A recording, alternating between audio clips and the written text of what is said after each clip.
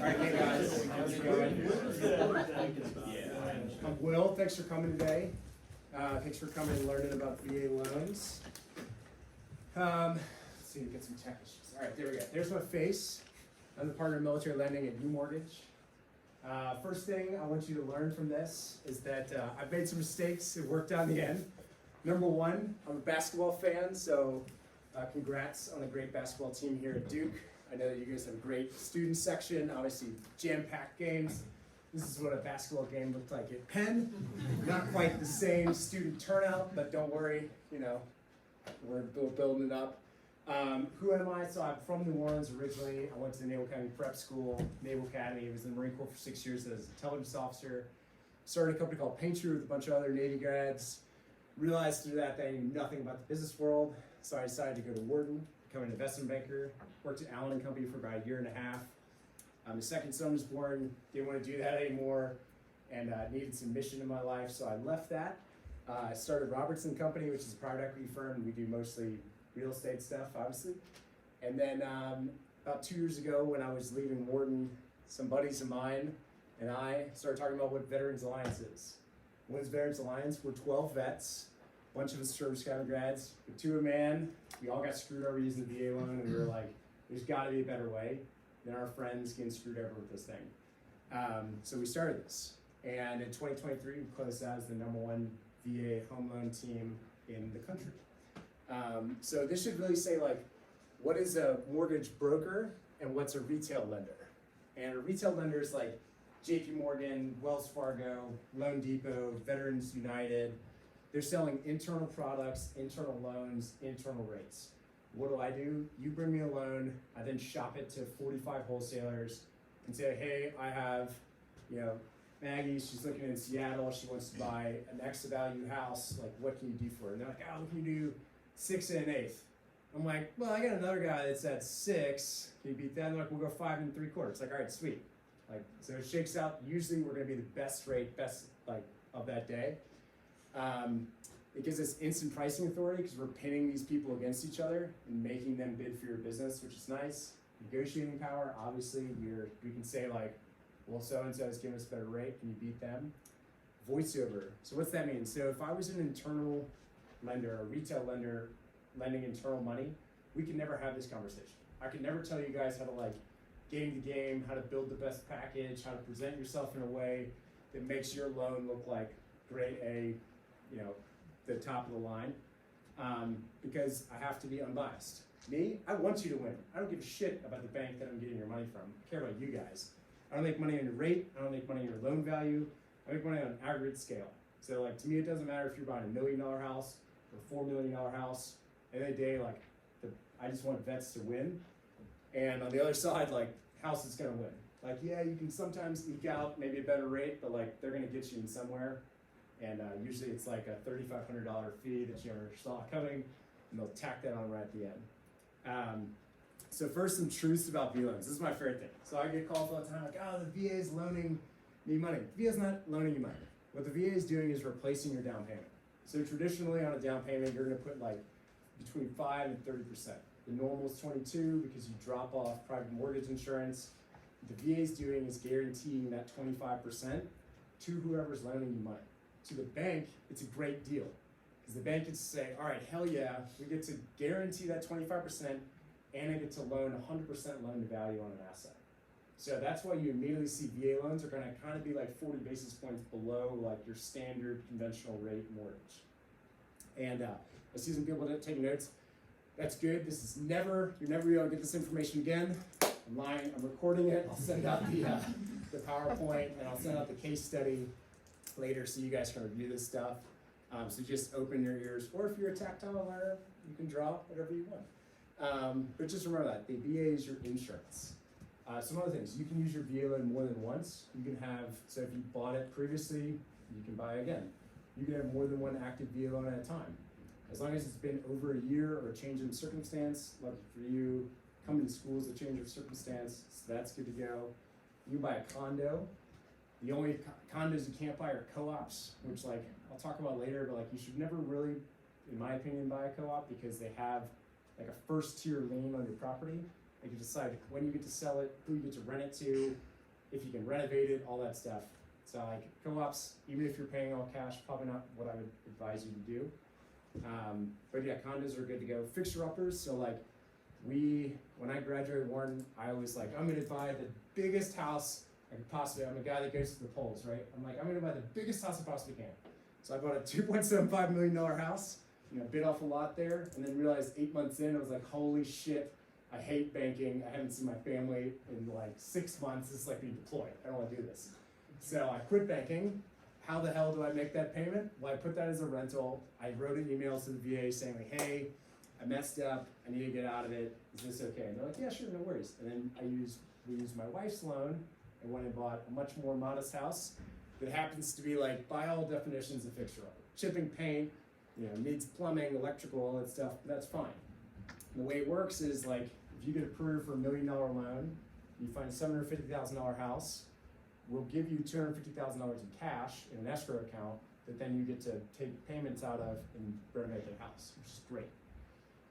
This is a big one. In some markets, less favorable to veterans, like New York, people sometimes say that vets don't have skin in the game. And I'm like, well, that's funny. You didn't have skin in the game when she was in Iraq, but now I guess they don't have skin in the game because they don't want to use a VA loan. So how do you get around that? Put a down payment or some earnest money. Make the seller feel comfortable that you're bringing a bunch of money to the table. You can bring as much money to the table as you want, and on the closing day, it gets credited back to you. So don't ever let someone tell you like, oh, you can't put money down with the VA loan. It's wrong. Don't ever let anyone tell you that like, you don't have skin in the game. That's bullshit. Many items can be waived. So depends on the market, but in markets like we're doing a loan right now outside of DC. In markets that are highly inflated right now, people are waiving all inspections, finance contingencies, all that stuff. You can waive everything other than what's federally mandated. The only things that are federally mandated are appraisals, meaning like any house that has a mortgage has to appraise for the value that you have the loan for. So, and that's the 2008 doesn't happen. The other thing is that in some states, termite inspections are mandatory. But again, it varies, and I'll show you that on a little map. There's no size limit. If you get approved for a $4 million 4-family fourplex, sweet, we're gonna get you a loan. If you get approved for a $4 million single family, good to go. The only time that a county loan limit or any type of loan limit comes into play is, let's say the county loan limit in DC is like 11249. So that means that you could technically buy 10 $112,000 properties up to that county limit. That's the only time that it applies for a first-time home buyer. Let me backtrack.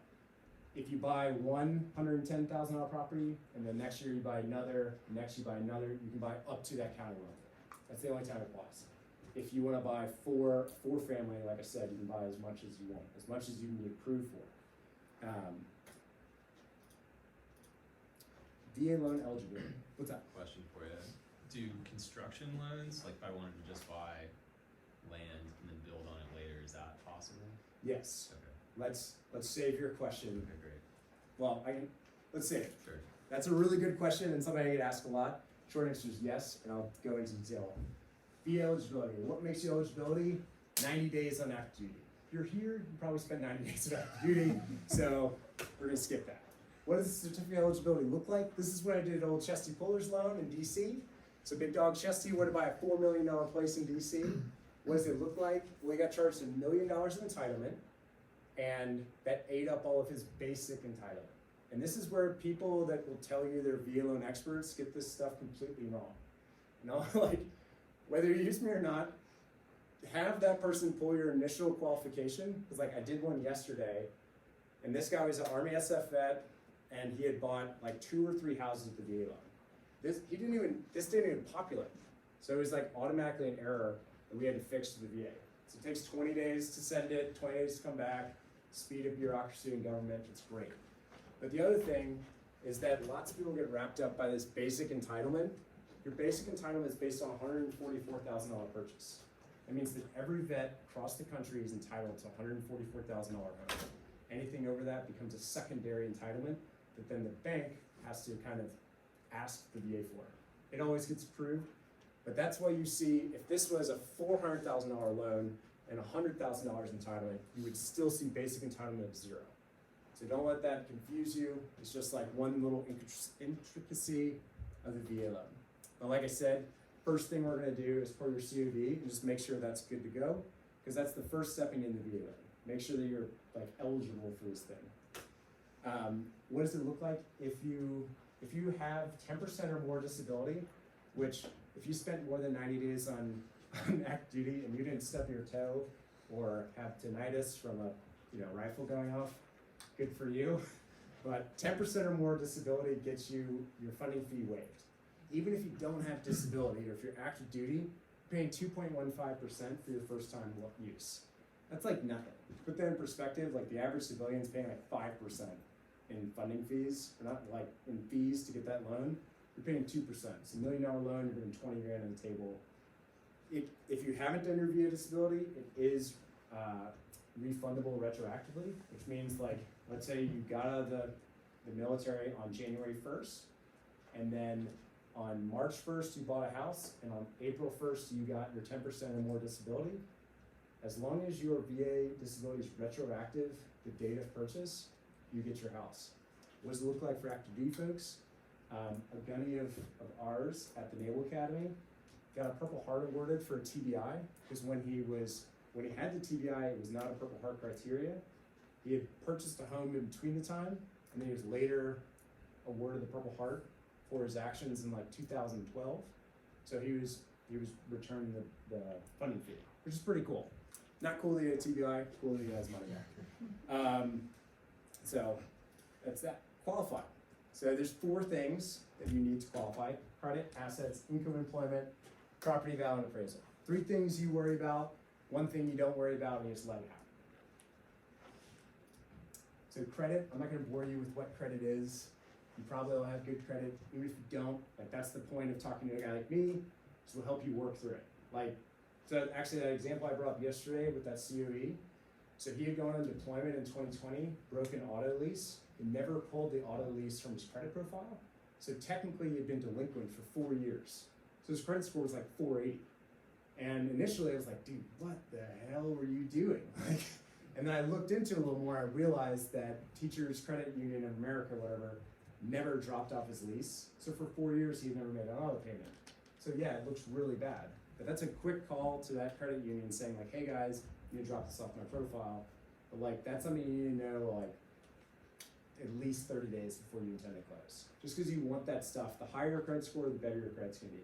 What's the magic number? Like 720-ish, which to put that in perspective, if you don't have any debt and you like, paid off your credit card on time, stuff like that, you're probably gonna have good credit. So don't get too wrapped up about that. Just pull your credit. Don't go off what your credit card says. Amex or like Discover or Chase or whatever gives you a little like, hey, your credit's at 680. I see that stuff vary like 100 points, like literally. It can be like a 780, like a 580. Pull your annual credit report. You get 3 of them for free a year, or I can pull them for free too on annualcreditreport.com. If I pull it, it's a soft pull, which means it's no hit to you. That's another benefit of me being a broker versus an internal lender. As I'm not lending you money, I don't have to do a hard pull like a car dealer does. We pull right before close. What's an asset? It's like any cash that you have in an account, 401k, IRA, TSPs, all that stuff's good to go. As long as your cash is more than 60 to 90 days old, meaning like if you get a refund for student loans at the end of second semester, like May 1st and you graduate May 15th and we're closing May 16th, you're just gonna have to write an explanation of why you got that money on that day. I just don't want to see like 100 grand show up with no explanation, like, oh yeah, that was my Bitcoin trade. Gifts are fine. This is a huge thing. So your parents or your friends or whoever can give you up to $18,000 tax-free per year, as long as they're non-interested. What's that mean? Is if someone's giving you a gift commensurate to them owning a piece of property of yours, not cool. Don't do that. Just give them to give you a gift, and it's just like you write a piece of paper like, my parents give me a gift for $15,000 because you graduated Duke, and you can use that for your funding fee or anything like that. The other thing is, if you do need cash and you need to borrow it, and like you have a family member that wants to give it to you, maybe just have them loan it to you at like 1% APR, because that's a loan, and you're paying them, that's totally fine. You just take that loan, subtract it from your DTI, get you approved. And then, like I just said, you may use a loan for closing costs, even if it's a hard money loan with like 15% or something. If you're trying to do something really intense, you know, you're trying to buy that big $4 million fourplex and you need some money, that's fine. Just go out and get it. We'll figure it out our DTI and worry about it later. Income and employment, this is why you're here at Duke. 2 years, but something we've been able to do is a full-time offer letter. So when I came out of Wharton, I had worked for, let's see, I got out of the Marine Corps in March of 2020. So I had worked for like, what, 2.5 years by the time I graduated. But I had a full-time offer letter starting on June 21st. I went under contract in March and closed on June 3rd. So we can close up to 60 days out from an offer letter beginning. And we get to use the full value of your offer letter for your base salary. So the only things we can't use are like variable bonuses. So in banking, you know, we had a base, my base was 150, my variable bonus was, you know, usually gonna be about equal to that. I couldn't use it for 2 years, unfortunately, but it was still good. Still qualified for a big mamma jamma, steam shower, tons of fun. Don't do what I did. Self-employment, so lots of us have friends who are going to use search funds. That's totally fine. Organize your search fund in a way that it's an LLC, even if it's a self-funded search. Have an LLC that pays you a W-2 salary. Because then we can, like, if you have an offer letter, whether or not you change to then own the company 6 months later, it doesn't really matter to me, as long as you have an offer letter that is legally binding and they're actually paying you. That's fine. Disability, BAH, BAS for our active duty friends, that's all, any non-tax income is grossed up 25%. So that's big, so if you're making, you know, I don't know, $4,000 in VA, you actually make $5,000 from a DTI basis, which is nice. And then pre-existing rentals. So if you got out of the Marine Corps, you had a rental house in San Diego and you came here for 2 years, you have 2 years of taxable returns on that we can use, then we don't have to do the 75% calculation. What's the 75% calculation? If you don't have 2 years, we take your gross rent, multiply it by 75%, and that's what we count towards income. The other thing is that you just need to remain or have 3 months of PITIA. What does that mean? Principal, interest, taxes, insurance, and association fees. This is a big one. So if you have a condo in San Diego and there's a $250 a month HOA, just keep that $250 a month HOA as well for 3 months of paid, which will be, most of us will be all right with that. Property value appraisal, so this is what I was talking about. This VA loan had a terrible statement. No chipping pay, handrails, whatever. All that stuff's changed. Because anecdotally, the VA has 3 missions, right? It's to give you medical care, to help you have training and education to get jobs, that's what VRNA is, or any of those things, GI Bill, and then to help vets get homes. Well, they were like utterly failing in 2020 and 2021 when going up against all cash offers, no contingencies and all this stuff. So in 21, they changed everything. They waived all that stuff. Now, in most markets, I would advise you to probably keep that stuff. But in some markets, New York, DC, San Diego, Nashville, Memphis, even around like Eglin and Pensacola in Florida, we're having to waive that stuff to make clients' offers competitive. But there's ways to structure your deal, and this is where having like a good agent, like having a person who is a regional expert, not even, and even more so regional, like a city expert. Like I can refer you to people, and that's where we're trying to build this thing out of like the Veterans Alliance. And all the agents we work with are in the military or spouses or family members. But having someone that like knows what they're doing and knowing how to pitch the VA loan is really big. Even if you don't, like connect me with them. I'll run them through like a quick course and they'll be armed to tell the seller like, hey, like this money is greener than anything you've ever seen because it's the US government backing it. And like, here's how to structure that offer in an environment where you can't have an inspection to actually have an inspection. So in that house that I bought, that fixer-upper, we won the offer on no contingencies. The second I knew that we had the offer accepted, I said, hey, it's gonna have an inspection tomorrow for my purposes only. And the seller's like, whoa, wait, why? And I was like, oh, I just wanna know, like, we're gonna do a big renovation, like, I just wanna know what I'm getting into. And they're like, okay, cool. So as I'm sending the earnest money check, I'm having an inspection done. And before I countersign the offer that he makes to me, the counter offer, I'm having that inspection done.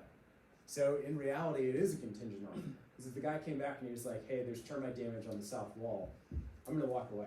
And I'm gonna like just yeah, I'm gonna look like an ass and your agent's not gonna look good.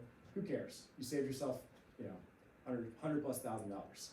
So there's ways to structure this, and that's where having like somebody to advise this stuff. It's like home buying should not be scary. You should have the best advice you can, because as the buyer, it doesn't cost you anything. The seller's paying your agency fees, and the bank that you're getting your money from is paying me.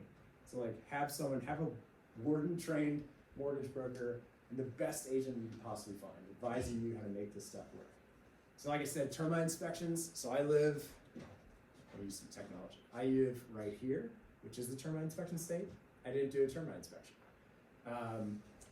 And then, like I said, the only thing that can't be waived is the appraisal. But let's say your house appraises, you buy $1 million house, it appraises for $950. No worries, you bring 50 grand to the table. And again, that can be a gift, that can be a loan, that can be an asset, something. You're just replacing that 50 grand to make the mortgage company whole. Question on that. Are you seeing that a lot, like in the inflated values right now? Not right now. Okay. And actually something that's interesting is even if you do, let's say, so this happened recently, even if your appraisal comes under, you can write a letter basically refuting what the appraiser says and saying like, no, like here's my comp list that I use to make this offer, and this is why I think it's valid. And it's the VA who gets to say like, actually we would take his word or her word or whoever. So that's something that's really cool. Do you guys have like local appraisers that you are like building out with? No, that's like the one line that I can't cross, Okay. unfortunately. We have an appraisal company that we can use, but I have to be completely off.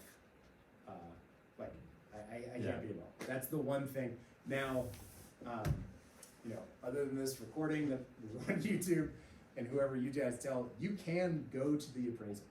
You can be at the appraisal when the guy's there, or gal, whoever. And you could be like, oh my gosh, did you see this Formica countertop? This is so nice. And the guy's like, oh man, that's really nice. And like, you can like build up this property. And I've found, like I did that on a house that I bought in San Diego because I didn't think it was gonna appraise. Magically, it appraised for overvalue.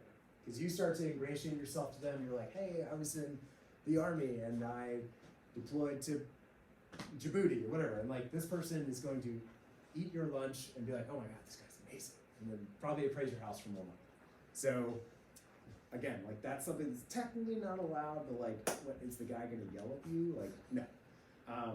Another thing on this whole, like, where the line is. So the house that I bought in Connecticut, there were like 35 offers.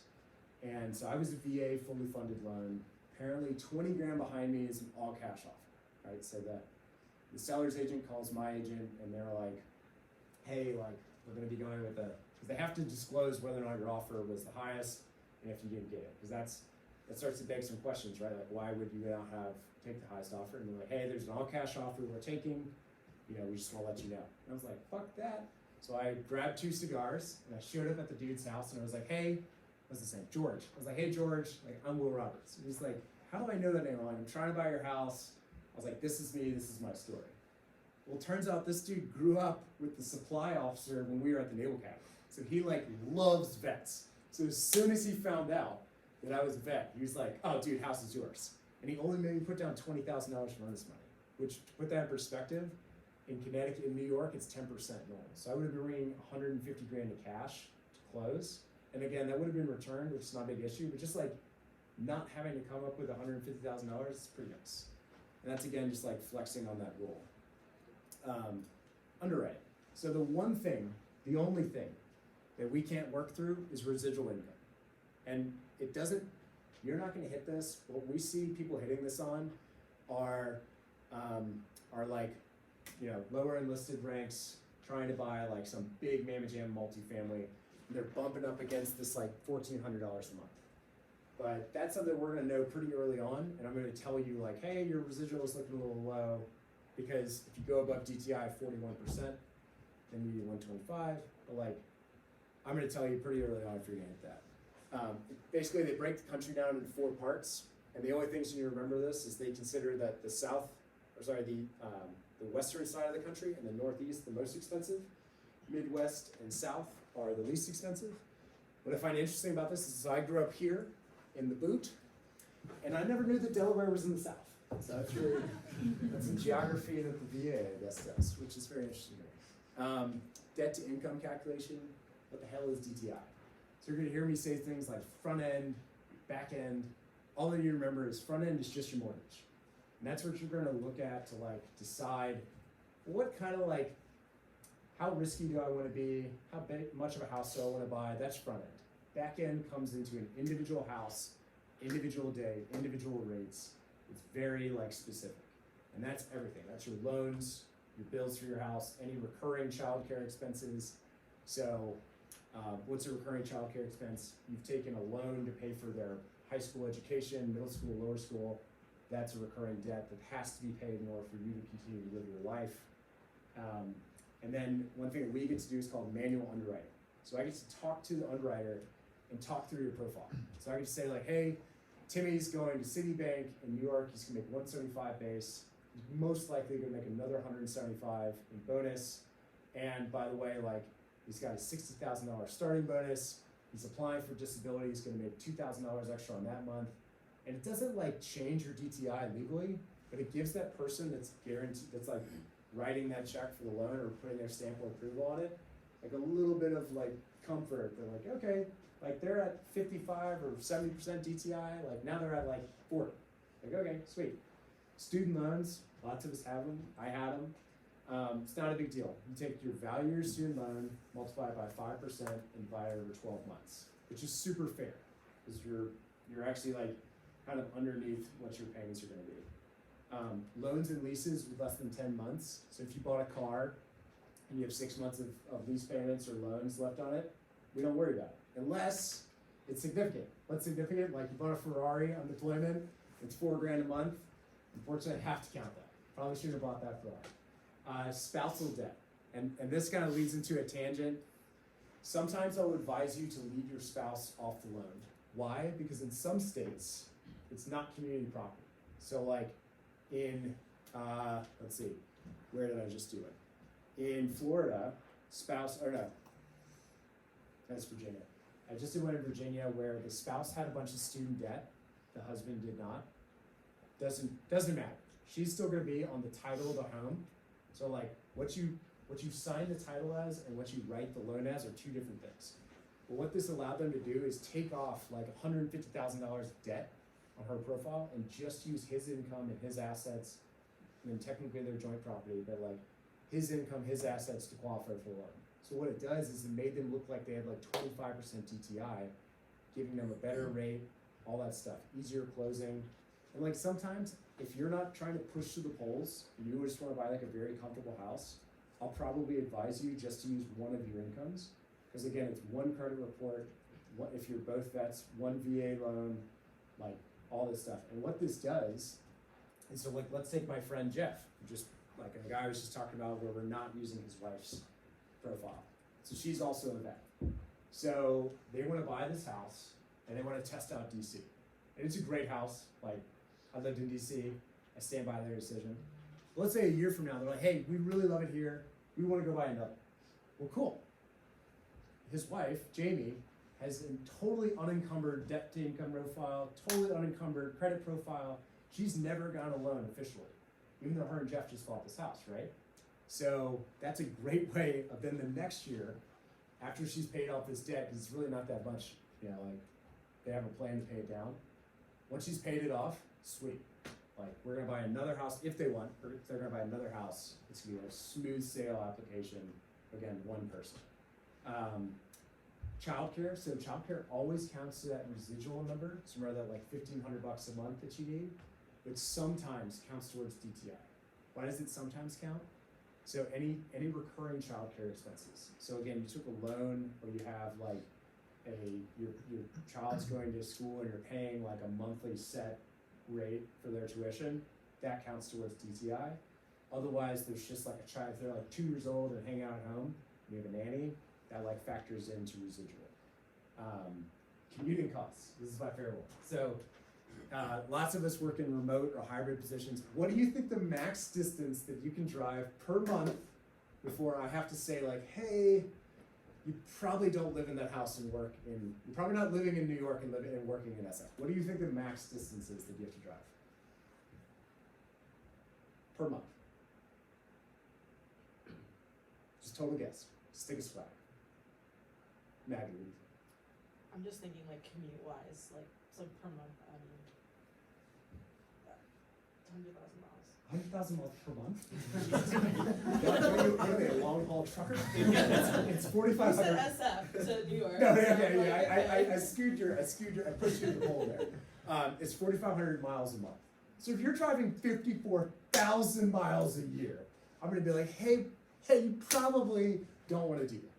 But even then, if you're working 1 day a week in the office, or 1 day a month, there's no reason that you can't live in Atlanta and work in Nashville, or live in SF and work in San Diego, or anywhere else. Like, you just write a letter that says, yeah, I'm living in San Diego and I'm working SF, and it's an hour-and-a-half flight, and I do it once a month. And they're like, okay, cool, but that's it. This is what a front-end DTI looks like. So this is like a very simple calculator that you can build on Excel. And so basically, like, you put your base income in, you put your disability, this clicker sucks, and it spits up this gross number, and then you start looking at like what your front end looks like, right? And this will give you like a range of what you should think about spending. So multiple buyer scenarios. So 2 non-married veterans can purchase a home together. Now, I would not recommend this unless there was some reason that you needed it. Like, unless you each could not individually purchase the home, and you needed to put it together for a debt-to-income reason. Because why? Because you're both going to get charged 50% entitlement, which stinks. So then the next time you go to buy a house, you only have 50% of your entitlement left, which is not what you necessarily want. But it's no big deal. If you guys aren't, I'm probably going to push you and be like, hey, maybe go get courthouse married. Like, if you guys are going to do this, something my wife did. 6 months later, we got actually married. But it's not a big deal. The only thing is you can't stack the eligibility. So like if you've both purchased houses before, you can't stack your eligibility to then go buy a $2.2 million house in DC. It would go to whoever has a higher eligibility rating, and we go off that and use them both. A non-married co-borrower. So if someone in this room has met a classmate here who's a civilian and you guys want to spend your lives together, I commend you, that's awesome. You would use your VA loan, and then they would bring 12.5% of the purchase price to the table, replacing that 25% that you have, because you will only get about half, or you will only get half. Why is this useful? You can add your parents. Again, if you're doing a search fund, and your search is only gonna pay you $5,000 a month, but your parents have a W-2, they own their house outright, and they have a W-2 that makes, I don't know, $10,000 a month, sweet. Add them to the loan, they'll be your co-signer, we'll use them as a DTI bump, and you can get a better house. And like this comes into play if you're getting a big bonus at the end. Again, it's like very case by case, but like this is just stuff to start thinking about, like, you know, if your salary isn't where it needs to be from a base point of view, but you're getting a big bonus at the end. Like, don't do this to like scam yourself into a big house and bite off more than you chew, like I did. Property types. All right, so this is where I'm going to touch the construction loan first. So let's say you want to build a single family house on a new lot that you own. So you buy the land for $300,000, and then that land, so you have to buy that in cash or with a land loan or something. Unfortunately, the VA will not allow an underwriter to loan money on just a lot. But you buy that, and then you build the house, and then basically refi it completely into a VA loan. So in the end, you have a single-family VA loan that's normal, and all that stuff's easy. The only expense for you is coming up with how you're going to buy that lot in the beginning. But other things, like if you find a builder that's building out a neighborhood, they have like a master loan on that whole neighborhood. And so what we'll basically do is refinance that master loan with a VA loan, contingent for the house being built. So if they're building 10 houses and they're each $1 million and they have a $10 million loan, you're going to refi a $1 million house, presumably the one you're purchasing, on the VA loan, which is cool. So that's the way to put that. I just had a quick question on the joint VA loan with the non. So with that 12.5%, does that only come into play if there's not gonna be PMI on that loan, or does it have to be, So anything below, so like if if you're you're okay using, with PMI on the loan, does, yeah, if you're using the VA loan, there's no PMI. So Right. if you use the VA loan, you're bringing 12.5% to the table. Because you have to guarantee that 25% to the lender. If you're not using the VA loan, if you're using like an FHA or conventional loan, anything under 22% you would pay PMI on. But even like don't be afraid of PMI or like loan specifics. Like even points can be good. Like here's an interesting example. I priced a loan yesterday where if they paid an extra $5,000 in points, they got 0.5% off, which reduced their payment by $800. So they're paying $5,000 a day to save $9,600 over the course of a year. Like do that, and like that's like I'll advise you that. But I mean, what's your question? So if you're under 22%, you're gonna pay PMI. That's mandated. All you, what a non-veteran co-borrower is doing is just replacing that 12.5% that you're not able to bring to the table with the VA loan. But what I probably advise you to do is, unless you needed his or her income to buy your house, just use yours and just use your VA loan. And again, this is all like very case specific. So like that's where it's like we start building in like, let's actually look at what you wanna buy, look at, all your stuff. Does that answer your question? Did I answer your question about the construction loans?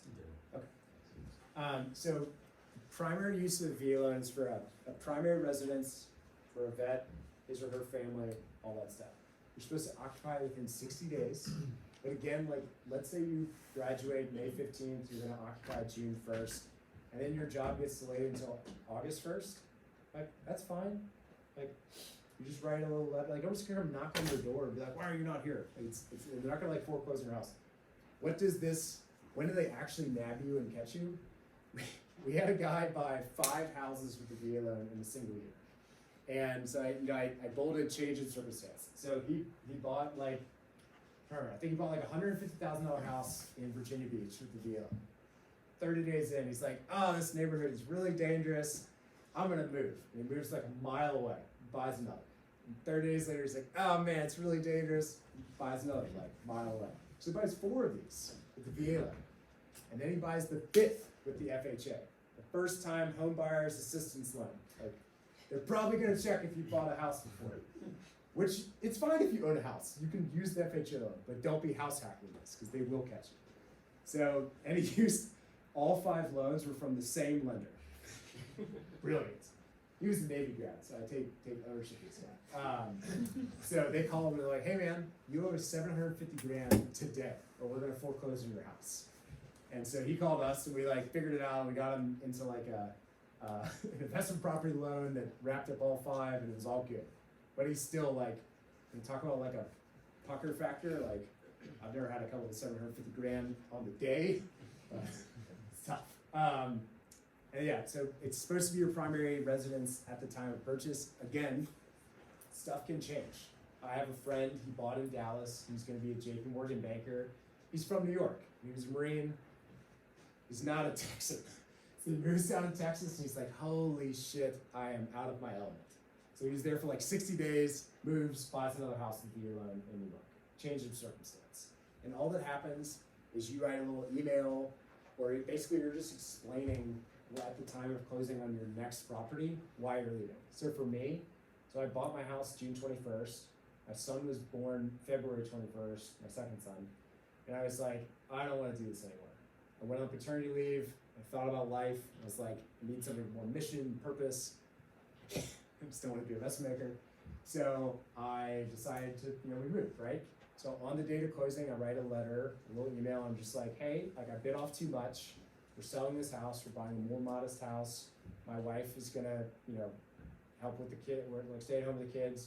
Truth be told, she was starting at Columbia, but stuff like that can be left out of the letter. But like, basically, I just explained my situation of why I wanted to leave this big, giant, beautiful house and move into a fixer-upper. And they're like, okay, that makes sense. Remote work. So this is what I was talking like. Your employer just defines what your schedule looks like. Is it once a week, once a month, once a quarter, whatever? And then that kind of releases you from that 4,500 miles per month that you can max travel, which is a great thing. And then this is a new one that just changed, which I'm really excited about. So a property can have a single accessory commercial space. What does that mean? If you bought a brownstone in Philadelphia that had a restaurant in the bottom of it, so like right now I'm working on a loan for a buddy, he's buying a townhome in Alexandria, Virginia with a Starbucks really good. The Starbucks pays $60,000 triple net lease. So 60 grand in cash goes to the owner of this house, and it's like a $1.2 million property. So he's making money on like day one from this, and he's gonna renovate the upper 3 floors with a VA renovation loan and close on this property. It's gonna be fucking awesome. And I'm like super excited about it, cause like, I would love to do that, but then my wife would be buying like bajillions of dollars in Starbucks, as would I. It's not a dig on Merle. What's up? So maybe talk about that again. So it's just, does it have to be, like, it could be like can have any type of commercial space and that's fine? As long as it is as long as it is attached to a single family residence, yes. And So then- let's say you bought a warehouse in East LA, and that warehouse has an apartment in it. You're buying the apartment, and the warehouse that triple nets at $300,000 a year is your accessory dwelling. So, I live in an accessory dwelling unit. Say I buy Residential accessory. residential, Yes. yeah. So like, it's co-residential, main house, like subdivided property, sort of, like What's here? here Yeah. in Durham. Say I wanna do the same thing. I mean, they built this thing 3 years ago. I'm like the second person living in it. Can I like buy a single family home, split the property, and build an additional dwelling unit on Yes. it like this? Yes. So you're talking about multifamily. Okay. So don't get the two confused. Commercial or commercial licensed properties. Okay. So like restaurants, bars, Starbucks, gas stations. What else have we seen? Laundromats. That's actually a big one. I tried to convince my wife and our 2 kids that we should move into a house that had a laundromat behind it because it was cash flowing like 30 grand a month.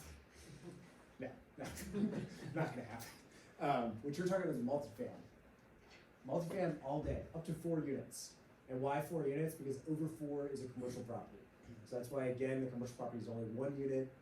So up to 4. And what does it look like? So let's say you move to Arlington, Virginia, and you buy, and I'll show a little DTI calculation what this looks like.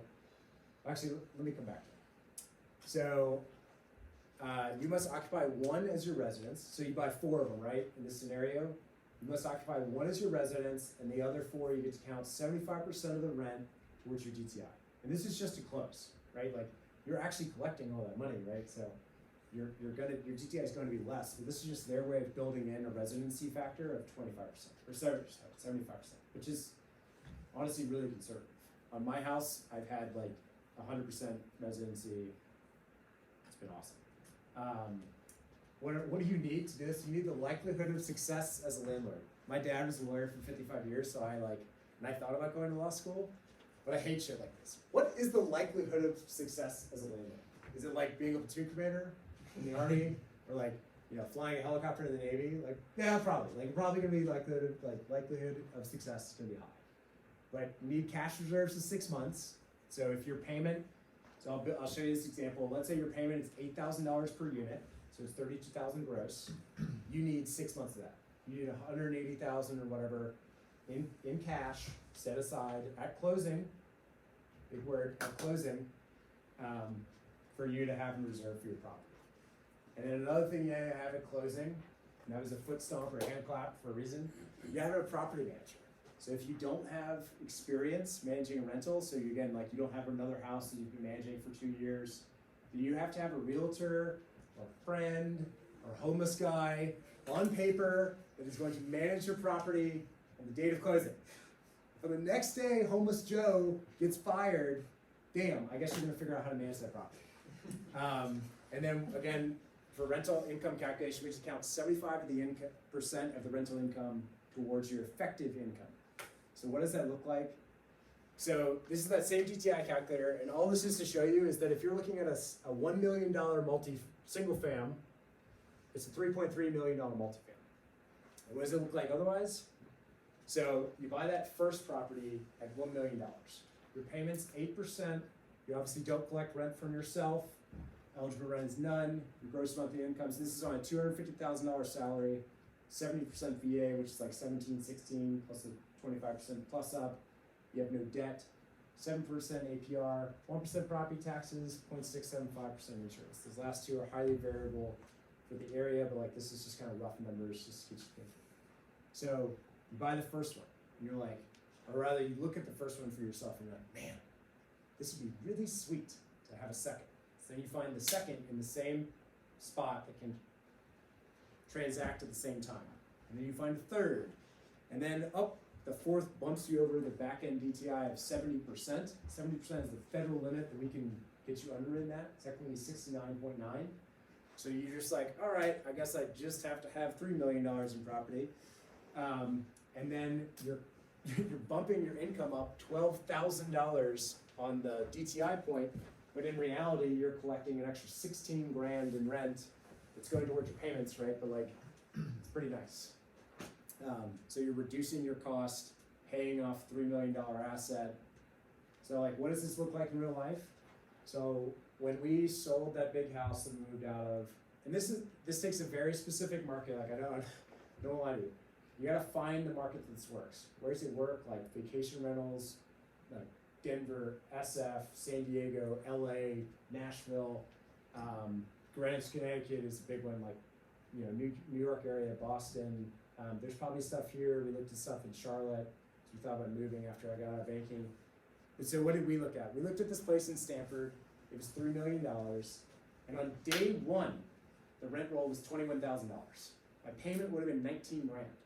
So that means that on day one, it would have been cash flowing $2,000 in my pocket, plus all the money that they're paying towards the principal, which is incredible. And that's something to think about is like, the only money that you're really throwing away that you should do for like a comparison of like, oh, should I rent versus buy, is your interest, taxes, insurance, and association fees. Your principal, you're basically placing into a checking account or a savings account. It's accruing at the percentage that real estate market is appreciated. So like in Greenwich, like it's wild. Like past 2 years, we appreciated 20%. So, like other places, not so lucky, but like, for your modeling purposes, think about like CPI, like 3% a year. Like, are you comfortable placing? So for me, my sunk cost in that house, well, I'll get to that in a second. Your sunk costs are very high in the beginning because you're paying a lot of money towards interest. That starts bleeding down as you go throughout the time of your loan. So you're putting more and more money into like equity in your house. So this is an awesome example because like someone else is paying off your mortgage on a $3 million house. And like I don't like diverge here.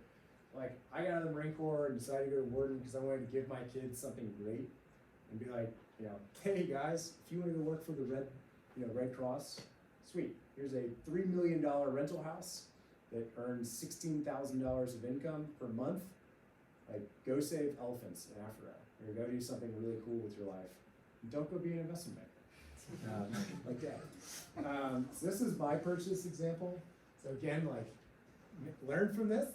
So I did not like when I was a first year, and I hope some of you are first years, you can pass this information first years.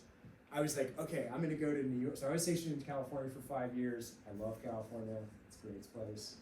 I was like, I'm gonna go to New York. I'm gonna rent some shitty apartment, and I'm gonna make as much money as possible so I can go back to California and buy like a big badass house in La Jolla and look over the water and cry about being a lesson. And so I was like, all right, like I make $150,000 base. My wife's a Navy nurse, she makes $120,000. Like I'm gonna make another $150,000 in bonus. So we've got like $420,000 plus some VA disability. We've got like $425,000 of base income, like, or gross income. Like, I should be able to get a pretty sweet apartment. So I started looking at 2 kids, right? I work from home. So I need like a 3 or 4 bedroom place. There is not a single 3-bedroom place in New York under $10,000. And I couldn't get approved for a $10,000 a month apartment because you need 3 times rent to income. So they were like, well, on paper, you actually don't have enough income to qualify. And I'm like, well, that's great. I guess I'll go buy a $2.75 million house. So I was approved for 2.85. And again, I'm a guy that does things kind of the extreme. I'm like, hell yeah. Like, I'm going to get the biggest, baddest house I can. because we just got out of the military. So we buy this house in March of 22, move into it. By Christmas, I hadn't seen my son. I saw my son more when I was deployed than I did when I was investment banker. I was like, this is fucked up here. So I was like, I gotta get out of this. So the house has appreciated almost $500,000 since I bought it. My payment, including all interest, taxes, insurance, and association, was right at 15. So we move out. I found a renter for 17,000, so I'm immediately making $2,000 a month. They're in a 36-month lease with an automatic plus up. So that means that every year, about that 3 months, they're gonna plus up at CPI. So it should be 17,680 at the next one.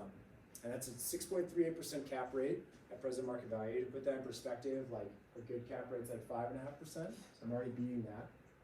And for Robertson Company, because Robertson Company manages the property in an LLC, it's a 4-year ROI of 50% over sunk cost. And that includes when I lived there, which is great.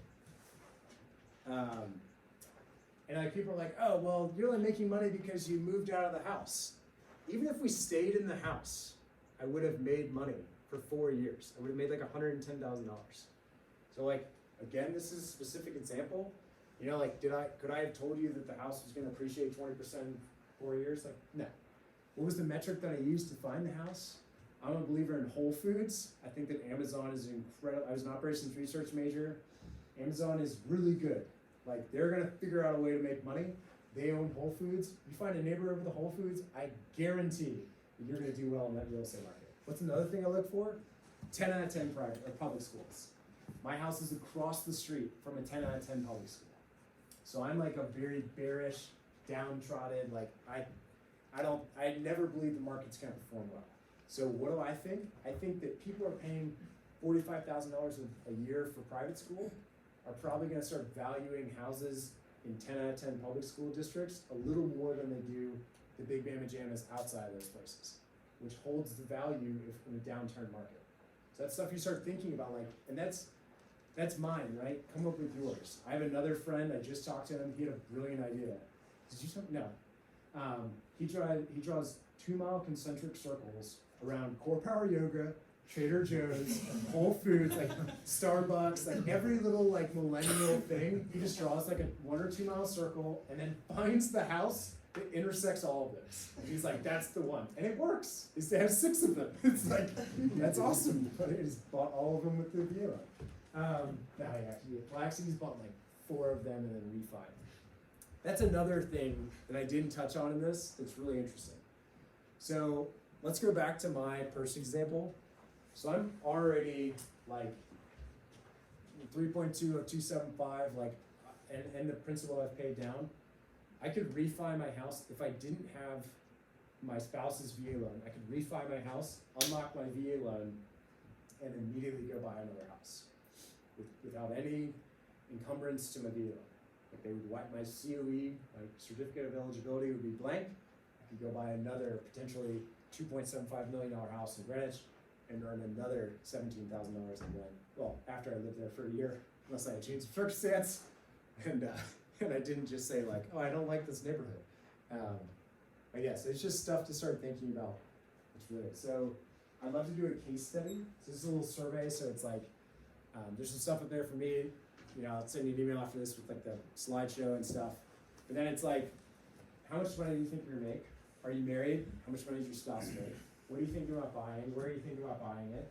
And then there's 2 spots to put questions for me. And so this is, while you're doing that, I'll start answering those questions. Or if you have them live, I can answer those too. It's totally up to you guys.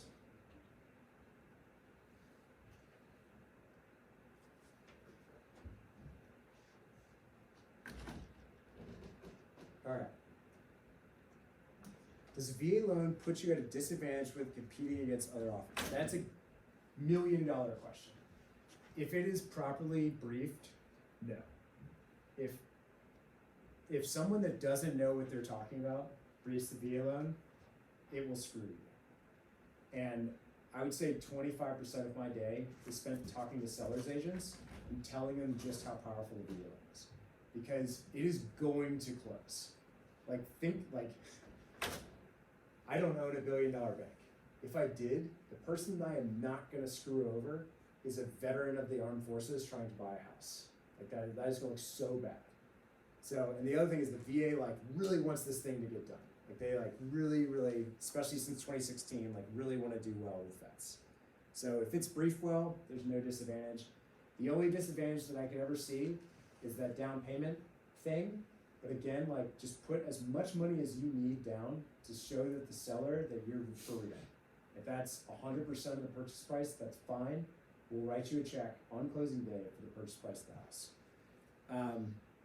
Unexpected bureaucratic roadblocks and procedural nuances. The biggest one I see is people waiting until the end. You know, we're 15 days out from closing, and then I pull their COE. Like they come to me and they're like, "Hey, we're closing in 15 days." I'm like, "Cool, let's pull your credit and your COE." And there's some glaring issue. Like that guy I talked about that I fixed his COE. He's a year out from buying. He's a first year at Wharton. But if that was 15 days out from closing, or even 30, it's a 20-day lag. Like, there's nothing I can do to make the government move faster. And that's like, that needs to be right. And then there's some ways to work around it, right? Like we can submit your DD-214 and do all this stuff. It's so much easier. Just day one, pull your COE, you pull your credit, make sure it's all aligned, you start watching for rates, and like, ready to go that way. That's really the only bureaucratic roadblock I ever see.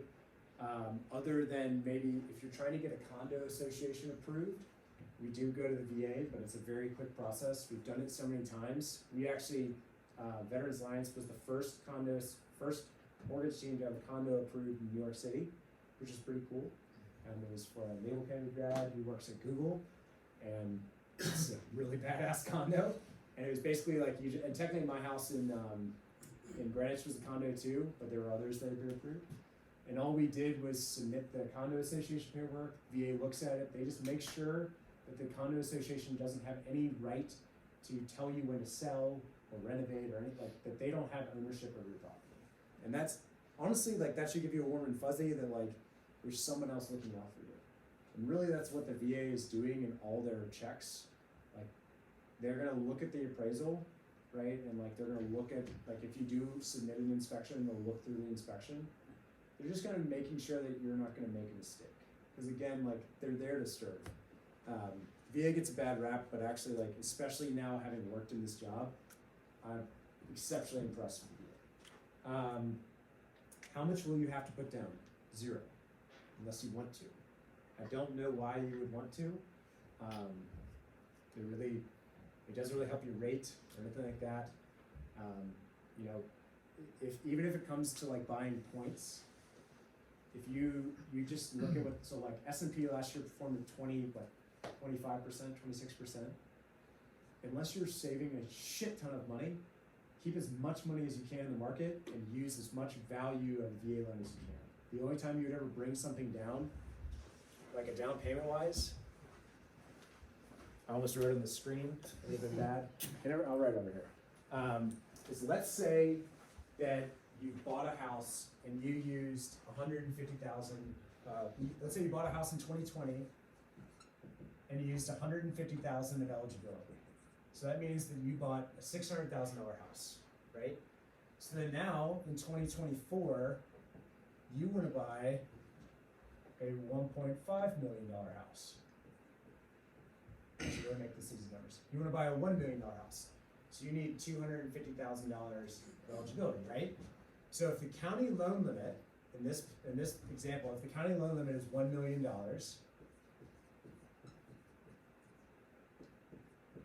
and you take that times 25%, netting you $250,000, and then you subtract what you used from this, and you have $100,000 of eligibility remaining. Then you multiply that by 4. Wait, sorry. Confused myself here. There's a little bit of confusing that. So you want to buy a $1 million house. County loan limit is $250,000. Subtract your $150,000 from $250,000, you're leaving $100,000. You can buy this house. What it comes into is, if let's say this, you net out like only $100,000 of eligibility, and you wanna buy, and you need $400,000 of eligibility, you would just pay 25% of that. So you pay the delta between where you are and where you need to be in cash. It's not that big of a deal. Yeah.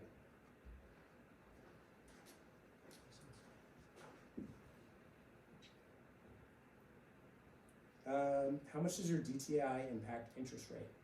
Your DTI really doesn't, it's not really factored into your interest rate. You can just go up to 70%. The things that impact your interest rate are assets, reserves, and even not really, I mean, really the biggest thing that impacts your interest rate is your credit score. But again, like if you're over 720, you're fine. Like you're gonna get the best rate possible that day. What are the rules around buying an additional property when you have an existing VA loan? So again, that's when the county loan limit comes into play. So if you wanna buy in DC, which is, DC's area is like 1149650 is what the single family county loan limit is. So like, it's another mistake that other people will make. It's like, oh, I wanna buy a multifamily in DC. If you've previously used your VA entitlement, it goes on single family, regardless of what you wanna buy now. But again, if you were to buy $1 million house in DC, more than likely, like, you're gonna be okay, depending on what you purchase for the active duty. You might just have to bring a little bit of money to the table, but it's not that bad. How to utilize the loan a second time? I think I've covered that, but if there's anything unclear, happy to touch it. What to do with my Raleigh, North Carolina home when moving to Denver?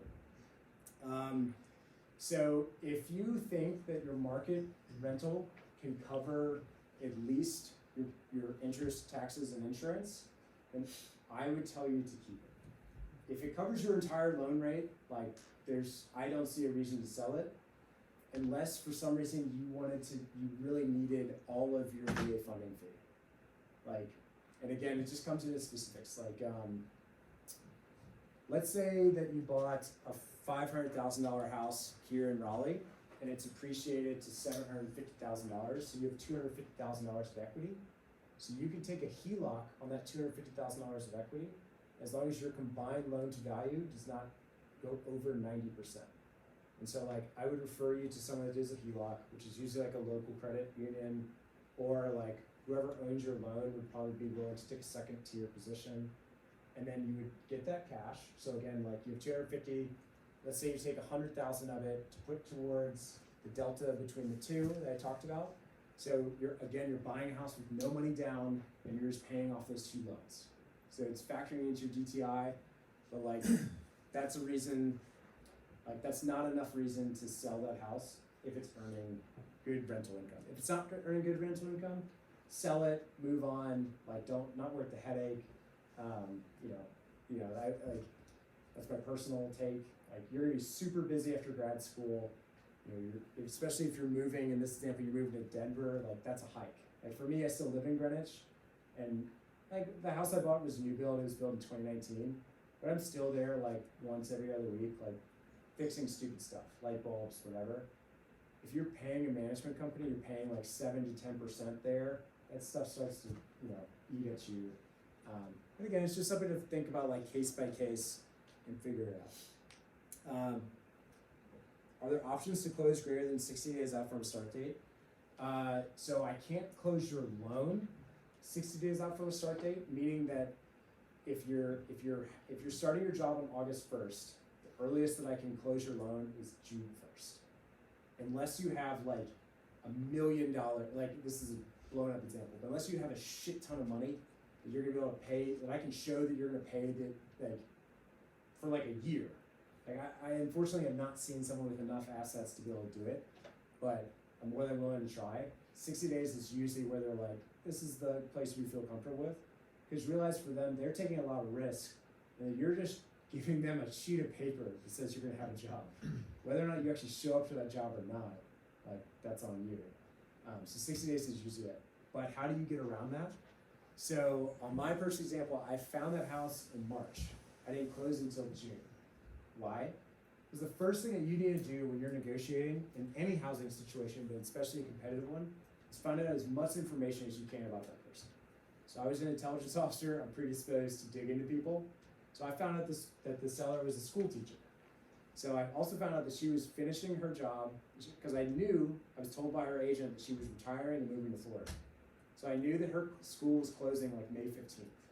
So I started my negotiation with, hey, like, if you want to stay in your house, I'm okay to let you stay in it and for as long as you need, until June 21st, which is when I started my job. So my offer was actually not the highest. There was someone that was higher than me, they wanted immediate occupancy. But for her, the like $20,000 or whatever it was worth, it was not worth it to her to have to move into an apartment to then move again down to Florida. It made my offer better. So like, figure out what the other side wants. And then you can get into contract and just sit there and wait. Like, we sit in contracts for 30 days is normal, 15 days is kind of on the like least amount of time possible. Federally, we're allowed to do 2 weeks. That's so that you have time to review the loan that you're getting into. But like, we can do 90 days, 120 days, all that's fine if the seller is willing to do it. We would wait to pull your credit until we're ready to close. So we pull it once and then pull it again to make sure you didn't go and buy it for all.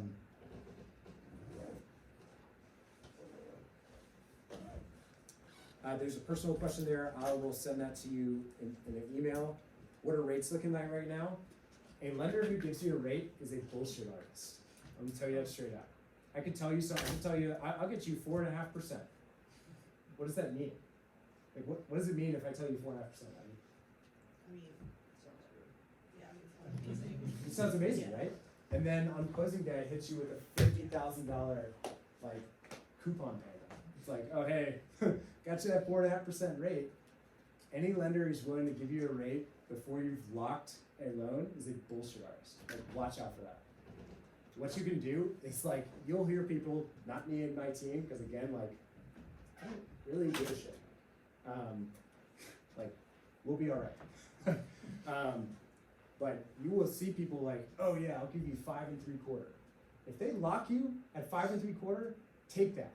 Like, take that all day, because they're either going to lie to you and show you like a teaser, we call that a teaser rate, and it's actually be like 7 1/4, or they're going to somehow screw you in the end with some big like funding fee, or not funding fee, some big fee that's gonna pay down that rate. So just be really cautious when people are willing to throw out rates. Like, I won't give you like, I'll give you a market rate, sure. Like, market rates right now are 7 1/8. I'm not gonna close you at 7 1/8. Like, I'm gonna get you below 7 1/8. Like, I'm gonna pin these people against you and make it like 6.75, 6.825 right now. But again, like, that's highly variable. Let me put this, 2 weeks ago, we were at like 6 1/4. We were so we have analysts that tell us like, hey, like, you know, front leading market is looking like people should lock. So we heard like lock versus float. So I'll call you and be like, hey, do you want to float or lock? And I'll give you a suggestion. I'll say like, hey, I think you should lock. Like, we're at 6.875. I think you should lock. At the end of the day, you have your own perception of the market, and you're gonna tell me like, no, dude, like, I want to ride. It's like, sometimes you're right, and sometimes you're not. And unfortunately, so 2 weeks ago, before the inflation report came out, we told people like, hey, we think you should lock. And we had a couple people that were like, I'm so close to closing, like, let's let it ride. And a week and a half later, we're at 7.5. And it's like, damn it. Like, that's the worst phone call to make. Because it's not really gonna matter. Like, remember this example? Like, look at the difference of, well, this isn't a gross payment calculator, but your gross payment difference is like a couple $100. That's not gonna kill you. But if you're at 69.9%, which one of our clients were, and it jumps, you're not qualifying for a loan. And so it's like, how the hell? So what did we end up doing? We ended up figuring out a way to buy down her rate to get her to 69.9. And she ended up closing, which is fine. It cost her like $1,500, but it's like, should have locked. So don't necessarily get obsessed. Like, I can't tell you how many times I get this question. Don't get obsessed with the rate. I'm gonna take care of you. Like, my team is going to take care of you. Like, we do not get paid on your rate. Like, I want you to get the best rate possible. So just like, know that going in, working with us. Like, I'm not a retail lender. If I'm lending you my money, I'm gonna screw you. I'm gonna get the highest rate I possibly can, but it's not mine. Like, I work for you. My team works for you. So like, just think about that. Like, don't be obsessed with trying to like eke out an eighth of a point. It's not worth it. How does refinancing work with regard to unlocking my VA loan for the second use? I talked about with the HELOC. I rarely advise people to do a cashback refi. Unless your loan was pre like 2014 and your rate's like 4%. If you're like 2020 and your rate's 2.25%, good God. Keep that rate, use a HELOC, get the money you need, and then we'll do it that way. If for some reason you can like, your rate's at 4.5%, the market rate's 6.5% right now or whatever, and like it's about the same, then yeah, we'll do a cashback refi, take out the cash from your property, do it that way. But very rarely would I advise doing that on a very low interest rate. And then one more, I'll send you an email on that. So let's do the case study. So it looks like the case study shook out to be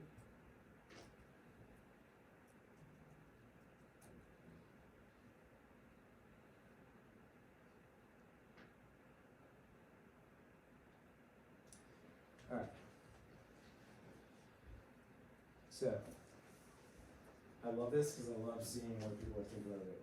All right, so the winner, undecided, come on. Denver is the winner. Oh yeah. Single family in Denver. Looks like the expected income is between 150 and 175, so we'll go 162 and a half. And then most of us are not married. And the budget is, it's a tie between 500,000 to 750 and 1 million to 1.49. So we'll go 750, Denver, single, and making 162 and a half. Okay. So first thing we're gonna do is come in, we're gonna put in our 162,500. We said we're not married. I didn't ask this, but do we wanna see what VA disability looks like? Okay, we'll just choose 70%, which is, I always have to check this, but I think it's,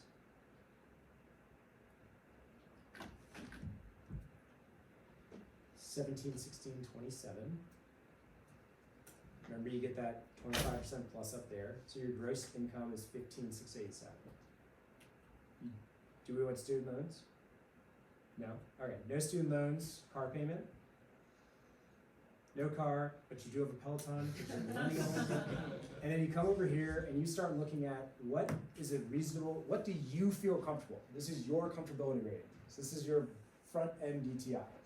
So these are what you can actually like front end DTI get approved for. So actually there was the question about DTI and how it affects your interest rate. The only time a DTI affects your interest rate is for some wholesalers above 50%, you'll pay like 0.5% of the loan, and even that I can usually get them to like waive because we'll show on your backside DTI that you're good for. So then what does this do? So you look at like, all right, this is the range of values that I think I can afford. And so what did we shake out? We had a tie between, we had a tie between 500 to 750 and 1 million to 1.5. So let's go 750, which places us solidly, we use 7%, or we use 675. So that puts us solidly like right around here. This is extremely comfortable from like a person who sees people make payments all day. Like that's a very comfortable spot. Where was I? I was like over here. Not comfortable. Okay.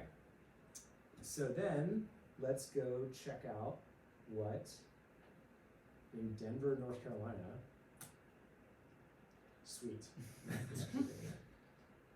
Thank you.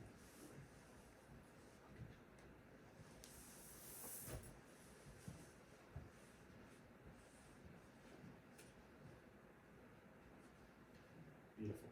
Okay. So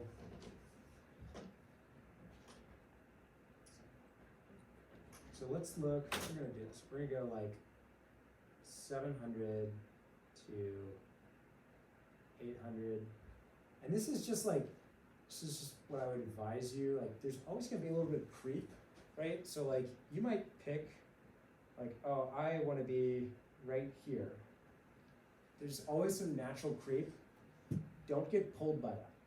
Like again, like I got very lucky, but like I could have easily been screwed. Like pick something that feels good for you, that you feel comfortable with, and like if you get into your job and you hate it, then you don't have golden handcuffs and have to stay in that thing. So like just that's like a little free bit of advice from somebody who didn't do that. And we wanted a single family, so let's just look at like in a house. And I know Denver a little bit. My brother went to CU Boulder. I almost went to CU Boulder. I never went to class, so I decided I needed to join the military. So let's look in Parker. Parker's like a booming, so Parker's a suburb that has 10 out of 10 schools, all this stuff. And I'm helping a client there, so that's how I know this. So like, let's look at what this looks like. Or this one, that's a cute house. You guys let me know when you see a winner. This one? Let's do it. All right. Now what are we doing? I'm coming here and I'm pulling the tax rate for the last year. So $6,000. So 6,000 of, and let's see, that was from, I don't know off the top of my head if Denver is so some states base property taxes on the sale and other states on an assessment. So California is based on the sale. So if you buy at $1 million, your tax basis is $1 million. Connecticut is assessed every third year, and so it's based on that assessment. So in this looks roughly about 1% of the purchase price, which we'll use. So 760. So we come here and we go 760,000, and we're going to use 6.75% interest rate. Taxes 7,600. Yearly insurance. So there's like 0.65 number. This is like a good base, but again, this is like highly variable. Colorado, you're probably safe. But if you're in like Florida and there's hurricane insurance, like hurricane insurance is wild. Hurricane insurance is probably another 1% on top of that. So it's again just like something to factor into. And that's why it only comes into your back end DTI. And like that's where that like extra 10% comes. Was there an HOA? Let's see. There is an HOA, $63 a month. So we'll factor that in. Oh, you're not gonna save. And you get down to 39%. That is like super comfortable. You're getting approved 8 days a week. Like not a lender in the world is not gonna wanna take that.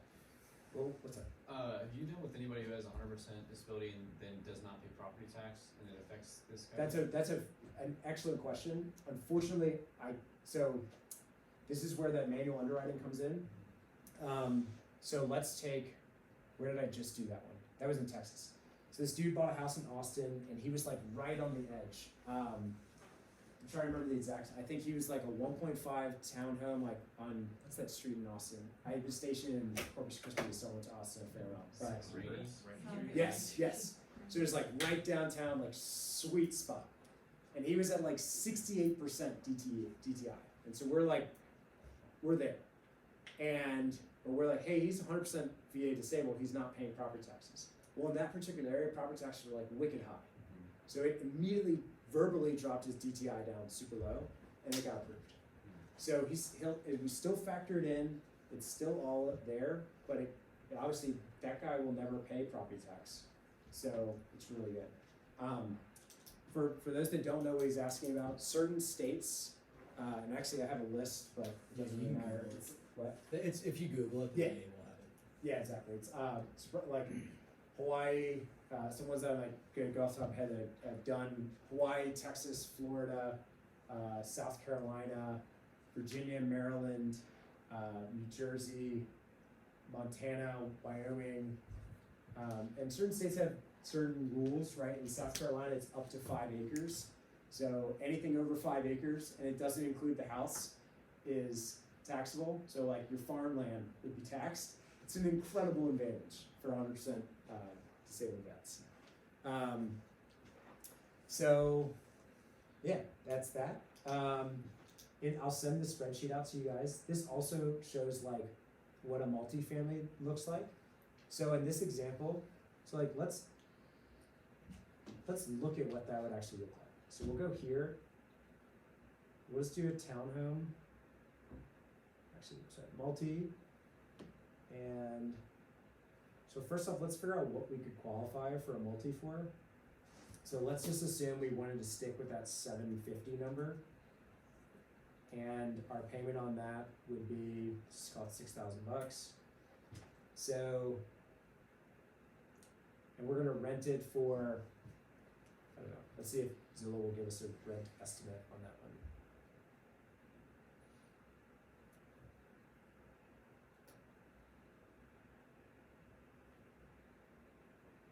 Probably not, because it's a for sale. Okay, rent estimate's 4,000. So let's that seems pretty low. Let's take 5,000. So this to me right here, if this was a townhome, we could buy 2 of them. But like, how much does this rent make a difference? If we were able to rent this for 7,000, we're getting 3 of them. 7,500. That's what we're getting. Oh, yeah, we're close. Yeah, okay. We're almost there for all 4, but you know, this is where you start to look at it. And then you're like, okay, I can buy 3 $750,000 townhomes for 2.25. So then you come back here and you look at what does a $2.5 million townhome, and again, this is on the same scenario, we haven't changed.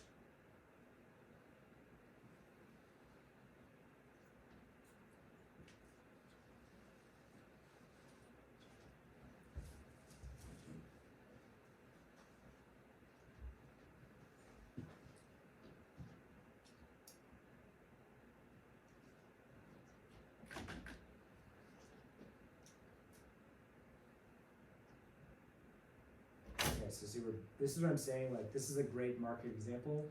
It's like, see, out here in the burbs, there weren't townhomes that existed like that, or multis that existed like that. But then once you push into the city center, like, here's one. Looking for one, like, 8, okay, like, this is clearly like a couple units. There's like an 8-bedroom, 8-bath. So eventually this is like 4 2-bedroom. Yes, this is a quadplex. This is a great example. Okay, so this is 4 units for 2.25 million. So we're gonna look at what's 225 divided by 4.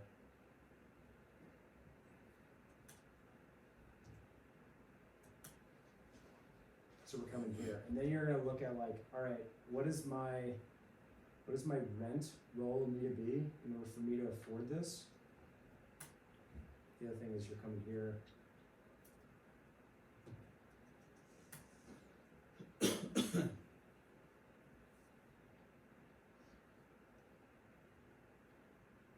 So if your total payment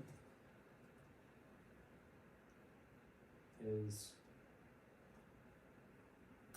equal to that, this is your rent roll. Remember, this is 3 units. So let's say each unit's $5,000.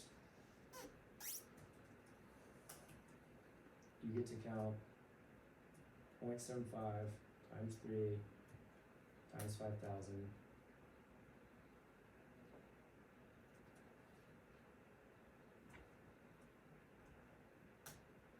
So 65.47, which is, you're right, like, that's fine.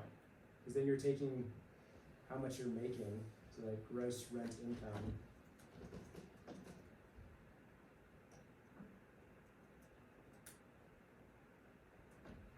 And it's whatever we had over here.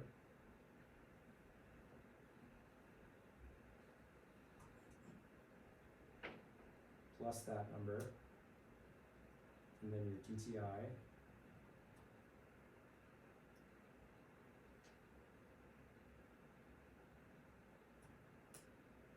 Here it's 66%. So in the same numbers we did, same income numbers, you're buying a $2.25 million place and getting approved for it and making money, having someone else pay it off. which is like pretty sweet. So, again, highly market dependent. Like, I can't tell you, like, I don't know how much these have been for, but that's something that, like, having a market expert, or, I mean, frankly, like, you, a Duke MBA, you're gonna be able to figure out, like, what the market range is. So, like, take the time if you're interested in this. Like, don't get wrapped up in it. That concludes everything. Does anyone have any more questions? How do you know that? Let's go to the happy hour. I'm sorry I was an hour late. We had really bad weather getting out of New York. But I'm glad that I got to be here. And also in this calculator is that down payment required that I was talking about. That might have been a little confusing. This is not confusing. You pump in how much you spent, right? So you're pulling that from your certificate of entitlement, and then you're coming down and finding out what you're purchasing. So let's see, you buy 50,000, bringing 50,000 down payment. So